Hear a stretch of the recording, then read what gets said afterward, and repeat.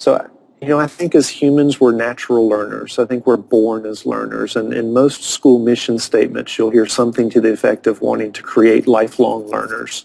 As humans, we're already lifelong learners. I think school's primary job is to help nurture that natural sense and to help learners of all ages discover their passions, their pursuits, their purposes. And I think, a great deal of entrepreneurship is about that same thing of searching for a need in the world or for a want of the world, and to be responsive to that, to create something of value that helps serve that either nonprofit need or humanitarian, utilitarian need, or a for-profit commercial need of ours. And I think those two worlds are actually not dissimilar. In fact, I think they need to be more integrated. And so I certainly see teachers in schools as the lead learners, that they have to be modeling constantly that sense of learning all the time and searching and discovering, trying to identify what those needs and purposes are, and then being responsive to those as servant leaders.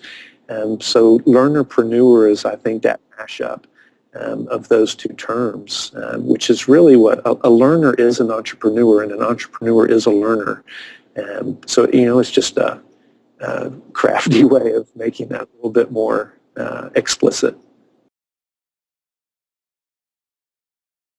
And I'm a big fan of Star Wars and the hero archetype and the hero's journey. And I think about Luke Skywalker basically forming his team, pulling in Obi-Wan Kenobi and pulling in Han Solo and Chewbacca and pulling in Princess Leia and the droids. And that might be a dorky way of saying it, but I hope to be part of that hero's journey on the educational transformation journey. So, I think schools face an incredible crossroads right now, where because learning can happen anytime, any place, because of the advancements in our culture, I think schools run the risk of becoming irrelevant if they don't leverage their most important characteristic, and that is face-to-face relationship with adults and young people, commonly pursuing how to be good citizens and how to be good contributors to the world. But that's going to look different from year to year, decade to decade, and schools are going to have to transform their, while maintaining their core value, they're going to have to change their margins of how they accomplish those core values because of the changing landscape of our world.